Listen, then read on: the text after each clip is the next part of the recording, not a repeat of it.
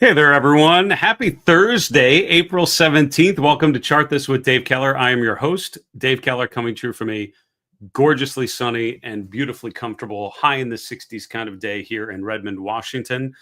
Sorry for the late kickoff here. Didn't get back to the home office in time to prep for the show. So instead of scrambling and faking it, I decided to spend a little bit of time hand curating some charts and themes that I thought would be appropriate for you. So I hope you accept my apologies for a little late kickoff, but I hope you enjoy it all the same. Interesting conversation earlier today with Sam Stovall. That'll be the latest episode of the Market Misbehavior podcast, hopefully coming your way probably tomorrow morning. Perfect time to talk to Sam. Last time I had interviewed him was in mid-January. Talk about a very different environment 3 months later, but he had some really cool charts and tables and analysis and evidence to share with us, talking about short-term dislocation versus long-term opportunities.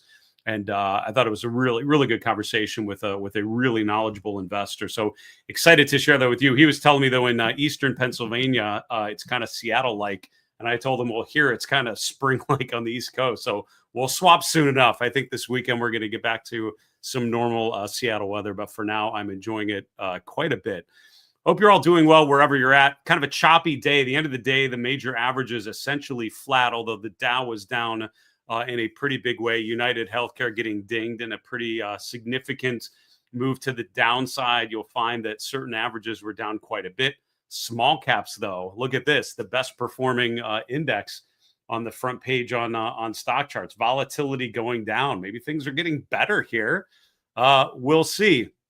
I did get some questions, by the way, about programming. So we are planning to do a show tomorrow, but we'll obviously the markets are closed for the Good Friday holiday, and wish you all a great weekend, whatever you're celebrating over that time. I wish you joy and happiness doing so.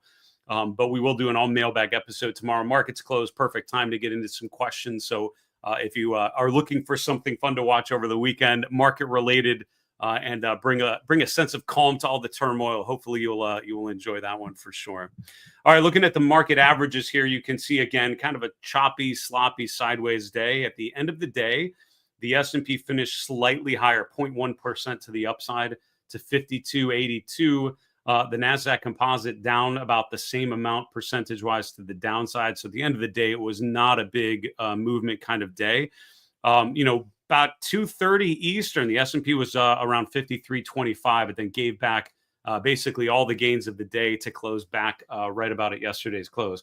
The Dow, though, in a noteworthy diversion, down about 1.3%. United Healthcare, one of the stocks in the Dow, and that's going to hurt when you have some negative news on one of the only 30 names in the index. Mid caps and small caps both positive. Those small caps up 1.1%. There's a bunch of regional banks reporting this week. That's could be part of that story for sure. But generally, small caps have been underperforming for a long time. So maybe something to keep an eye on. I think still a lot to prove there. The VIX actually moving below 30. We're still in a high volatility environment by any definition I would offer, and about 3 points lower on the VIX. So after that big sell-off going into that April low, now we have the counter trend rally, I would argue, and now we're rolling over a bit through the course of this week. The volatility has come down pretty steadily after that spike in the VIX over above 50. Now we're sort of seeing a steady decline. Now we're back below 30 for the first time in a couple weeks. So certainly feeling like the volatility is heading in the right direction if you're bullish. Is it down to the point? Remember, the VIX, the direction of the VIX is good. I would argue, though, that the level of the VIX relative to the range is what's way more meaningful, because, the calculation of the VIX basically speaks to an expected percentage return on the S&P. So the VIX at 30 is still expecting some pretty significant moves on an average day. Again, we've had a couple days this week where the market was essentially unchanged. The VIX would say that is a big time exception and not the rule. The rule, an average day with this sort of volatility, the market's pricing in significant price swings. Understandably so. That's what we've been experiencing here recently. All right, let's look at some other asset classes. Rates managing to push higher. Bonds actually drifting lower today. It certainly felt through the course of the day like a little more of a risk on kind of day. You had some growth like sectors up toward the top of the leaderboard. That changed a bit going into the end of the session, but Some bright spots to think about. At the end of the day, bonds lower by about 0.9%. That's using the TLT, which is a bond ETF that we track. Dollar essentially flat today. So no further weakness in the dollar, but noticeably not a huge rally either. It's sort of a sideways day. Interest rates drifting higher today, right? So the 10-year point up to 4.33%, we'll call it. The 5-year point around 3.94, and the long bond yield just above 4.8%. All right, looking at the commodity space, the DBC, which is a broad commodity ETF, mostly geared toward energy prices, up about 1%. You can see down here, the USO is up about 2.5%. That's a crude oil ETF. Pretty good proxy for daily movements in crude oil prices. Precious metals, which have been arguably some of the best charts you could identify in 2025, having a down day here. Gold coming off of a new all-time high, down about 0.4% for the GLD. The silver ETF was down about 0.7%. And so, energy actually having a pretty decent day here. Crude oil prices starting to improve. We grabbed the chart of the crude oil future to just dig into that briefly here, and when we get to the chart review portion. Cryptocurrencies moving back positive. We highlighted on yesterday's episode how Ethereum prices very much diverging from Bitcoin. Today, both of them up a little bit. But if you look at the trend in Bitcoin and Ethereum over the last 6 months, like one of those clearly sort of treading water, wait and see mode, that's Bitcoin. Ether prices in a clear downtrend. I would argue that that's pretty straightforward. Lower highs, lower lows, below all the moving averages, just a classic downtrend. So a lot of people think of cryptocurrencies as a thing, understandably so. But remember, there's some differentiation between those coins. This is one of those times where Bitcoin over Ethereum, pretty decent bet to be made if that's something you're looking to do. All right, let's look at the 11 S&P sectors. You can see some of them actually had a pretty decent update today. A couple noteworthy ones though in the red. Energy, your top performer, up 2.3%. So the XLE continue to show some strength here, and this is not the first time recently we've talked about that. Weaker crude oil prices have been the thing that's generally kept me away from nibbling in energy or focusing much attention there.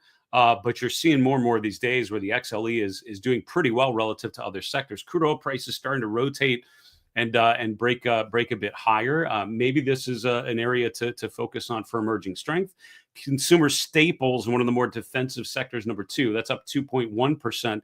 Real estate, number 3, up 1.6%.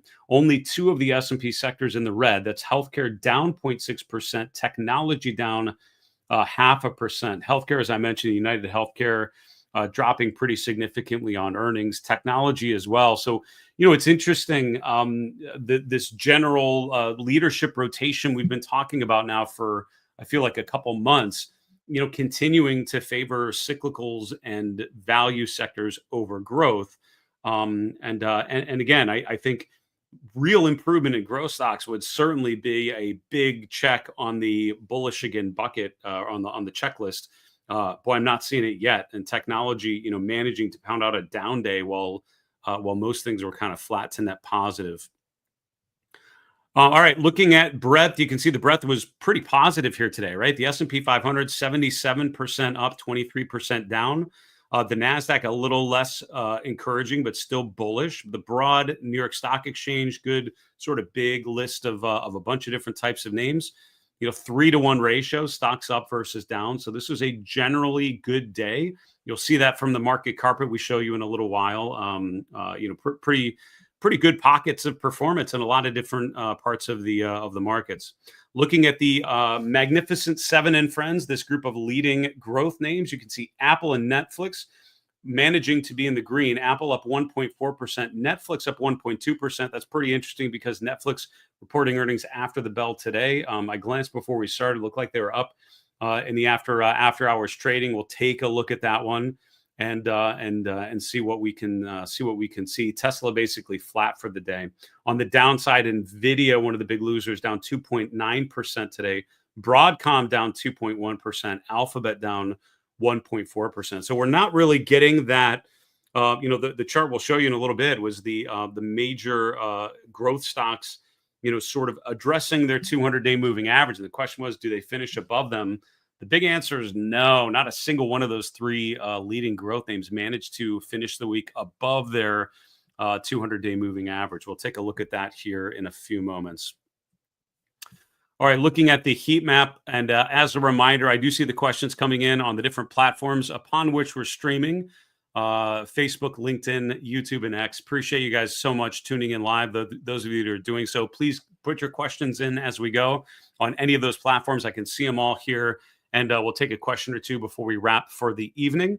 Anything we don't get to, we will put it in the mailbag. And again, we're planning an all mailbag episode for tomorrow, so look for that at some point during the day. Markets are closed, so I'll probably get to it when I get to it, and we'll see what happens here. Also, another reminder, by the way, latest video on my YouTube channel was about RRG charts. I had some questions actually in the mailbag recently about how I use the RRG charts. I'd done one on bullish percent indexes and some other things, and people had asked, could you do one on RRG charts? So I did, sort of talked about what I've learned working with Julius de Kempener, who created that visualization years ago.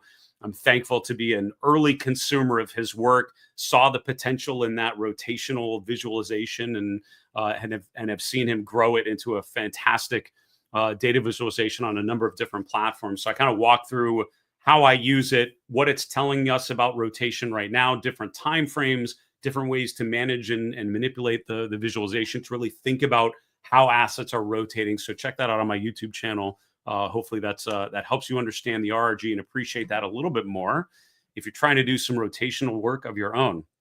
All right, here's what the market carpet looks like. I mean, honestly, with how many of the sectors were in the green, it sort of felt like there would be more of a greenish tinge. It depends on what sector you're looking at, right? But I mean, I immediately am reading left to right, and I'm struck by the very mixed results in technology, right? And that's probably why tech was one of the worst performers today.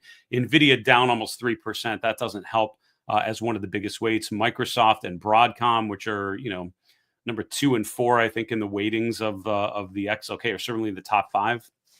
Both down 1%, 2%. ServiceNow, a number of other ones just not up, and so that's hurting. There's some random outliers in here, right? Like the hard drive manufacturers like Western Dig and Seagate. Both now again, these are both bouncing off of pretty weak levels. They've been trending downwards since the February peak in a pretty major way. I don't think you could claim that those are breakouts just yet, but I think the nice rally off the lows is maybe encouraging. I mean, the challenge with all of those charts that are bouncing off of a new low is that isn't enough for me to get really excited, because that's what a counter trend move kind of looks like. You need to show what I call signs of accumulation, right? Higher lows, bullish divergences, things that sort of increasing volume, things that show that there's accumulation happening. And again, I'm not quite seeing that yet on those. But again, being up on a day like this is certainly not a bad thing. Within financials, you've got stocks like Progressive, like Marsh & McLellan. These are some insurance names rotating lower today. These have been some of the better charts that we've observed here for a while. PGR is down about 3.5% today, but the average financial stock, not too bad. The real green, though, if you focus your attention, it's consumer discretionary. Once you skip the two biggest ones, ignore Amazon and Tesla and look at the rest of consumer discretionary, not a bad day, right? Charts like Nike up 4%. LVS, gambling names in the upside. DHI, a home builder, again, not a great chart yet, I would say, but they're moving up when the markets overall, the benchmarks are not. Consumer staples, probably the most obviously positive sector after energy. Real estate, almost all in the green. So you're seeing some areas of the market that are quite strong. It's just not the biggest names, and this is what happens when there's a lot of green boxes, but the biggest boxes aren't green. This is what happens to the benchmarks. The benchmarks are basically flat because the biggest names aren't the ones going higher. When it's the other stuff going higher, it's great for stock picking, because what that means is the benchmarks kind of remain muted, but there are areas of the market showing strength. So elsewhere is where I'm seeing tickers and starting to find charts that seem like that's where you probably want to take a shot, or at least consider some sort of exposure here. We've covered a lot of different areas about the consumer staples sector. I continue to find some compelling charts there. Most recently, things like Costco and Walmart breaking above swing highs from March. I think that's pretty encouraging. As a preview for my interview with Sam Stovall, he had the best quote today. I don't want to steal too much of the thunder from the interview because it was really good, and you should watch the whole thing. his quote was, "When the going gets tough, the tough get eating, drinking, and smoking." So there you go. And that's not bad. We talked about Kroger. We talked about grocery stores. We talked about beverages, tobacco. And these are some of the charts that look the most consistently positive. And if you look at those charts, you wouldn't think the market is having all of the challenges that it clearly has in March and now certainly in April. Energy is the big head scratcher, I think, right now, though. It's a tough one because crude oil prices have been struggling for so long. Energy has been underperforming so long. At what point do you see enough to think, all right, this is a good time to add exposure to the energy sector? Let's take a look at it together. We'll see what we want to see. By the way, just a quick reminder as well, we're doing a webcast next week called The 4 Deadly Sins for Investors. It's coming up next Wednesday, April 23rd at 1 p.m. Eastern, 10 a.m. Pacific. You can sign up on my website, marketmisbehavior.com/April, or scan the QR code. I actually showed this QR code yesterday and it wasn't working, so apologies for that. I did fix that for today. So you're welcome to sign up on a mobile device if you'd like. This is a presentation I did at some money shows recently. I had a really good response from the people there in the room.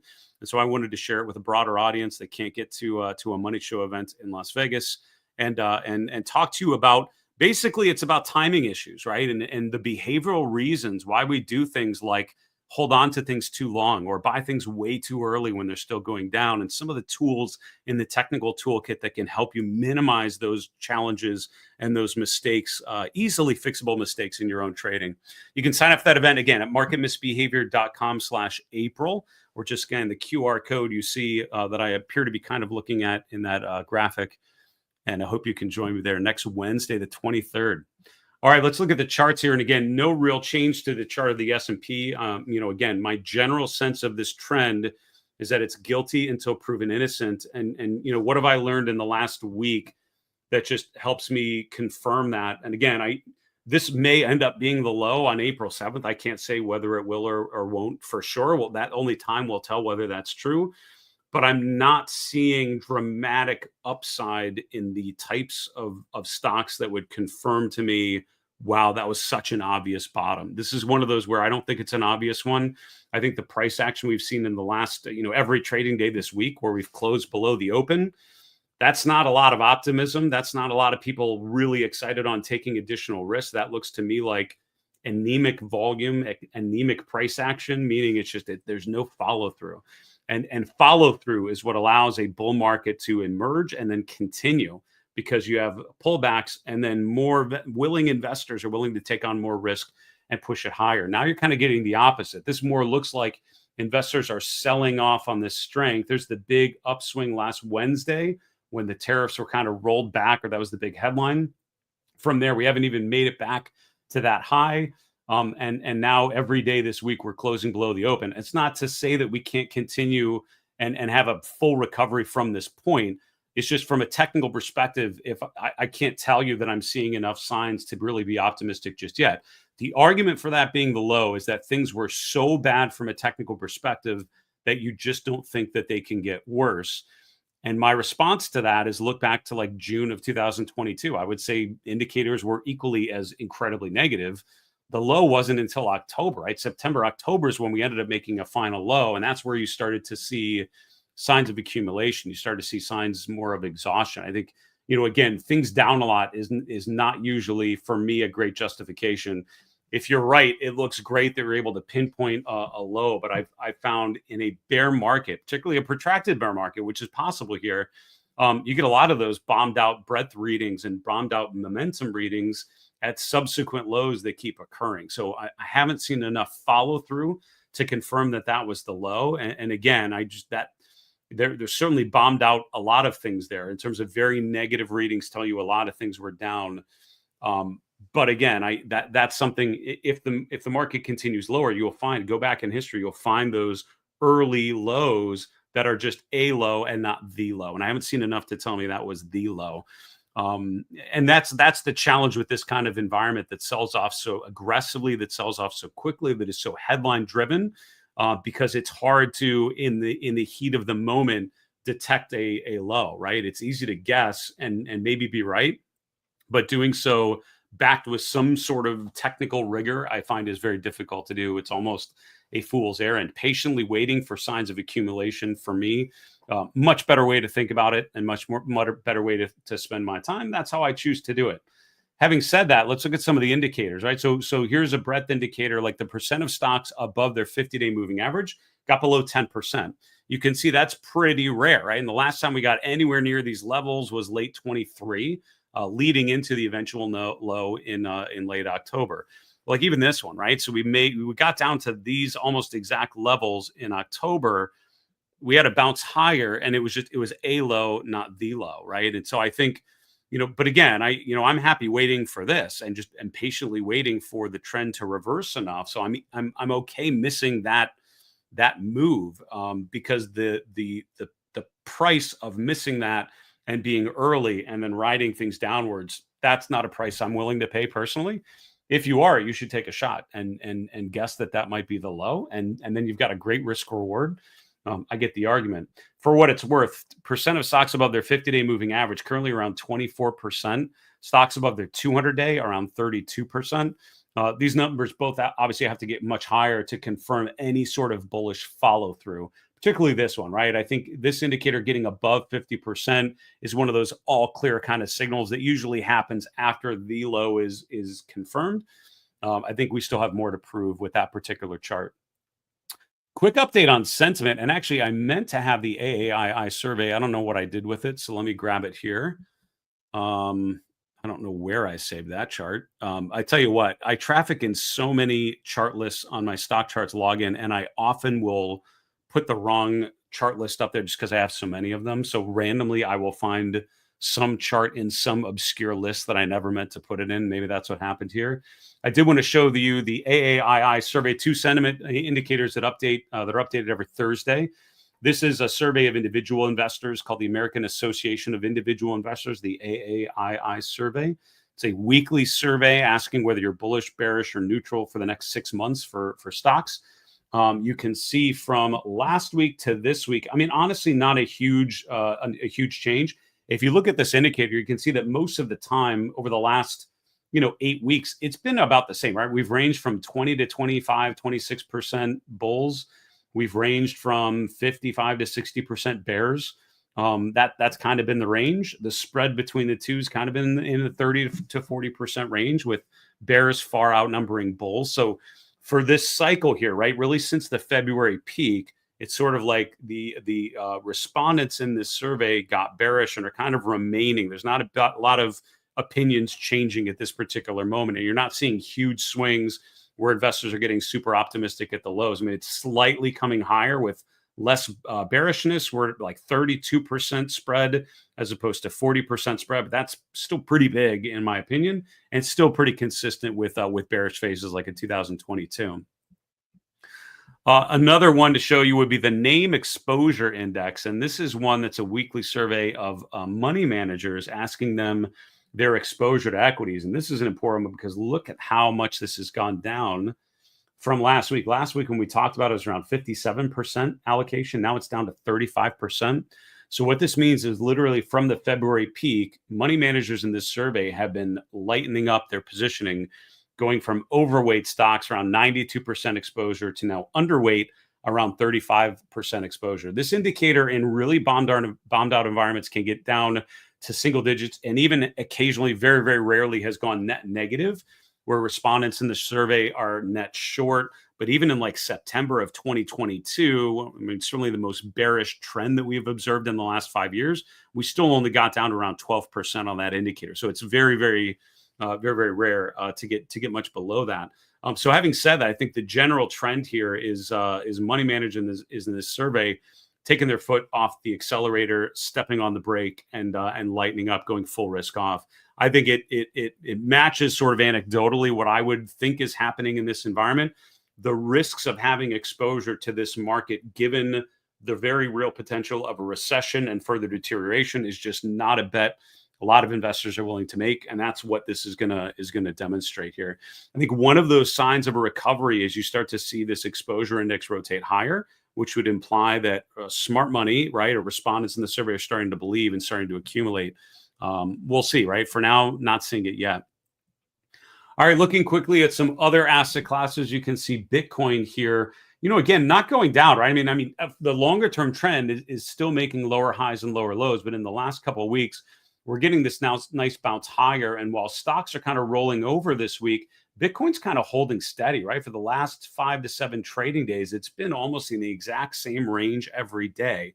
It's not a big uptrend. I don't think it's bullish yet. And I would say for that, I'd want to see a move above like 88, 89,000, which would clear the 200-day and clear the March swing highs and early April swing highs. I think there's more to prove there. And the momentum improving would be encouraging as well. But overall, it's certainly not, it's having this nice upswing. The bear case here is we are unable to get above that level. And then all of a sudden we start to rotate lower a little bit here. So for now, I think, for me, I have an alert set around 88, 89,000. I forget where exactly that is. I should check that when we're done. But looking for that breakout, I think that would finally change the complexion of the chart of Bitcoin. It's been really more negative since late February when we broke to a new swing low and really haven't looked back. We just continued to deteriorate. I think regaining the 200-day would be a nice upside scenario there. Crude oil prices, again, bouncing off of the lows. The problem with the chart of crude oil is that, again, still in a primary downtrend of lower highs and lower lows. The problem is we have the last lower high was here as we attempted to get above the 200-day moving average, stalled out around 72 and change, rotated lower, gapped lower to hit an eventual low right around $56 a barrel. From there, rotating back higher. I put some Fibonacci retracements on here just to show you from that swing high in April to that swing low in mid-April. We're just above that 50% level, right? The 61.8% level will be right around this price gap here, right around 66. That's not too far above current levels. So really close to sort of completing that rotation above the last Fibonacci resistance, which would imply a return back to retest that swing high from early April. That's the 200-day moving average as well. So that gives you kind of an upside projection of around 71.50 to 72. The PPO, this is the daily PPO that I'm highlighting, very close to a buy signal. It's taking quite a while to generate that because of the severity of the downturn. And the moving averages that are used to construct the PPO got so bombed out, it'll take a little bit longer for a buy signal to potentially emerge as early as tomorrow or into next week. You could certainly see that on crude oil prices. So very close to kind of giving a nice upside follow through. And if so, I think that's where energy stocks become a pretty decent bet finally. Here was the chart of the week that we brought up and agreed to follow every day this week. The real question, which I thought, the way I posed it on Monday was, if we end the week and Meta, Amazon, Tesla are above their 200-day moving average, like how bearish do you want to be in this environment? Because I certainly, as I'm sure you can tell, am not particularly constructive. I still see this trend as down overall in the markets. I haven't seen enough to change that. My market trend model still telling me bear market at this point. So, you look for signs of life. You look for signs of emerging strength. And so these three mega cap growth stocks addressing the 200-day moving average, pretty good set of charts to watch. I think it's noteworthy that all three of those basically finished at the lows of the week and are definitely not above their 200-day. I think we continue to watch that, right? I mean, at some point, they regain the 200-day moving average. At that point, I think you've got some reason to be optimistic. But boy, I mean, this is not... If things are really encouraging here, charts like this are breaking back above their 200-day. I'd have to say that. And these are the names where I think you need to see strength because our benchmarks are just over geared. They're tilted toward mega cap growth. So even if everything else is working, if these kind of names are still kind of in a downtrend, there's not a lot of opportunity for upside. Just the upside potential for the major averages is pretty low. NVIDIA not having a good day either, right? So semiconductors back on the struggle bus. NVIDIA down 2.9% today, finishing at the lows of the week, bouncing today off of $100 a share. That's sort of a big round number to pay attention to. The momentum overall has been negative since mid-February with the RS, and really for the last 6 months, right? Since that bearish divergence here, the RSI really hasn't gotten above 60 on any of these rallies. We've either failed to make new highs, and now we're just making lower highs. So, and again, I hear people being bullish here, and again, you might be proven correct, but for me, I'm seeing that as a clear downtrend, and I'm seeing no change in the downtrend yet. So, as a trend follower, I'm following trends that are clearly lower. until proven otherwise. So I think a chart like NVIDIA is in a downtrend until it stops making new lows and it starts making new highs. Neither of those things happening going into the long holiday weekend, continuing to weaken here. Alphabet also finishing in a position of weakness, down 1.4%. It's not just those handful of names that I mentioned across the board. I would say Netflix as an exception. We'll see how they're doing in the after hours. I would assume a bright spot within the Mag 7, but the average stock in this group is doing pretty poorly. What makes the chart of Alphabet in a downtrend? Lower highs, lower lows, below 2 downward sloping moving averages, the RSI below 50, the relative strength in a downtrend. That's a chart I would want to avoid. All right, here we go with Netflix. Again, out of this basket of mega cap growth stocks, definitely the best. Actually making new 12-month relative highs today. So it's holding up while other stocks are struggling to do so. Above an upward sloping 200-day. It's the only one of the Mag 7 stocks that can make that claim today. Let's see what's happening afterwards. Just checking earlier. It's up about 3%. So right around 1,000, which is right there. So what's happening in the after hours is, and again, I haven't looked at the earnings report and dug into that at all, but we're right there. This is the swing high from March. It's a big round number, arguably the ultimate big round number, around 1,000. This stock breaks above 1,000. I think it's a pretty compelling chart. I would have no argument taking a shot at a name like that on strong relative performance in an uptrend when most things are not. That is the way to build a portfolio of stocks during a bearish market regime, is focus on things that are not breaking down and focus on things with stronger relative performance. Netflix is one of those. We'll see what happens. Now we've got a long weekend before we can see what happens afterwards, but something to look at. So from a technical perspective, right, UNH going into today, not a bad chart, and really started rallying in mid-February. And I think what was so compelling about United Health Group was the fact that it was trending higher from mid-February to mid-April, while most things were definitely not trending higher, right? The S&P and the NASDAQ peak in February. They're in a general downtrend from that point on. United Healthcare completely changing, finding support at a major low from last year and managing to retest previous highs. Now, the question we have going into that resistance is whether there's enough to eclipse that resistance. And the market is telling you that is a big thumbs down on the potential. In one day, we've gapped down 22%. We're unable to eclipse the highs from the fourth quarter of last year, which really started in September, right? There's sort of a number of attempts to follow through above there, failed to do so. Now we're gapping down, and all of a sudden we're all the way back to those major levels. So the problem with the chart of United Health Group, it's definitely a broken chart, and I would say it now has to, have a technical rebuilding process before it starts to look like anything other than a really strange and choppy, but definitely not bullish chart at this particular moment. The argument for taking a shot at something like United Healthcare is it's, most likely starting on Monday going to be oversold. It's back at major lows. So you look at like a weekly chart of United Health Group, you'll see where we're back at the previous lows.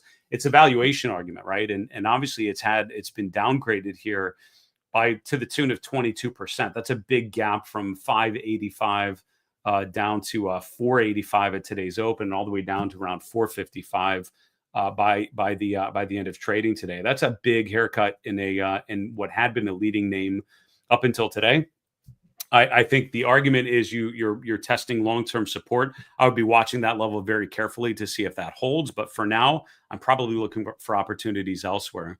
West Pharmaceutical Group, and again, these are one of those names. I mean, healthcare as a group did okay today, but again, charts like this, the reason why I think you avoid bombed out stocks, I mean, look at the gap lower that we saw in February. There's this big, huge down day on their February earnings report.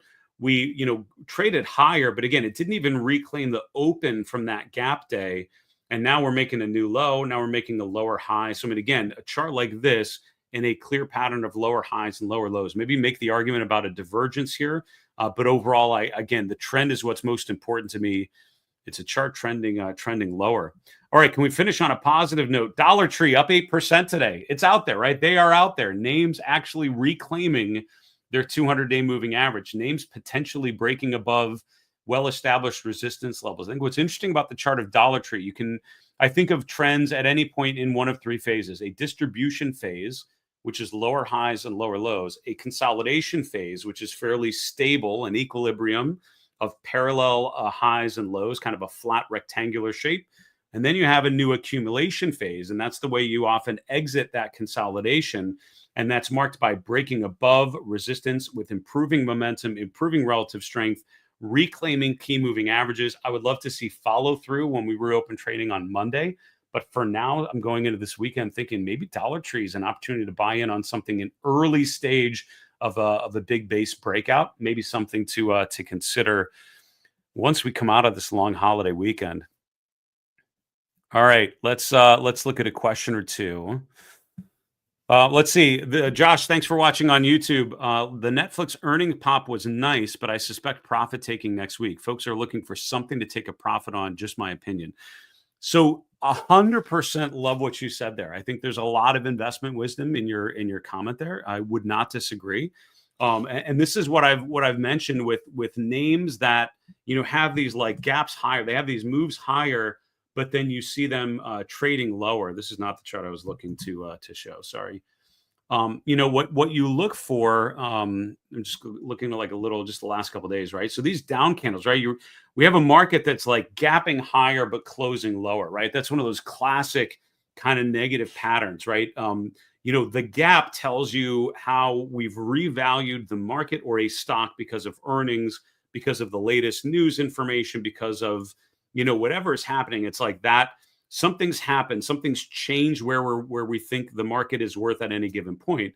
But what happens during the day is usually less news, right? The big heavy news, again, barring huge tariff announcements in the middle of the trading day. Thanks again for that one last week, but that's pretty rare. Usually you've got earnings before the open, you've got earnings after the close, you've got economic data before the open. Big news headlines usually happen outside of the open market trading because people that have an awareness of market activity really usually don't have an interest in shocking the market to the upside or downside when they don't have to.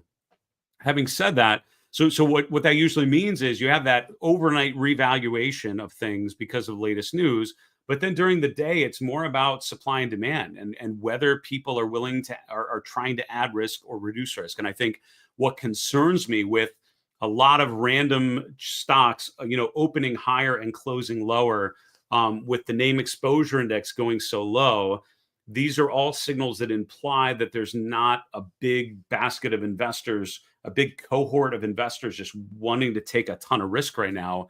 What I'm seeing are sort of, to your point, sort of instead of buy the dips, you're seeing sell the rips. You're seeing things that gap and then get sold because people are thrilled to cash out on something that's actually up and recognize those short-term gains and just live to survive another day. So until that changes and until you see investors adding risk, until you see things gapping and running again, which we've not seen, I think we're in a bearish general sentiment here. Earnings often provide one of those times when you get that upside catalyst, right, where companies beat and then you see further accumulation. I think what happens with Netflix next week could be very telling. There's a lot of news flow that could happen. I mean, would it normally happen on Easter weekend? I would say highly unlikely, but things that are highly unlikely don't seem to matter these days. So I don't know if the normal playbook is going to work, but that's something I would certainly keep in mind. All right, let's see what else. Richard, thanks for watching on YouTube. XLE is doing good because of the tariffs. The tariffs are perceived to be slowing the global economy down.